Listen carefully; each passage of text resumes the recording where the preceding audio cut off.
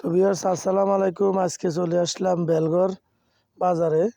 এটা হচ্ছে কুমিল্লা সদর দক্ষিণে, এদিক দিয়ে লাকসাম গৈরবাঙ্গা রোড বলে, মাধ্যম এলাকা মানে বেলগড় বাজার।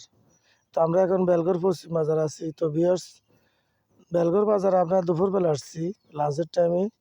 মোটামুটি জনসমাগম কম, শান্ত এলাকা, কোনো ভেজাল নাই।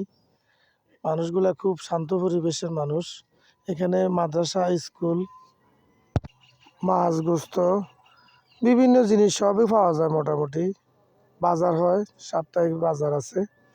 আপনারা যারা এখনও বেলগড় বাজার দেখেননি তারা একটু দেখে নিন। বর্তমানে বেলগড় মধ্যম বাজার আছি। আসলে বর্তমানে নেটের যুগ, ঘরে বসেই সব কিছু চাওয়া যায়। আপনাদেরকে একটু দেখানোর জন্য চেষ্টা করতেছি।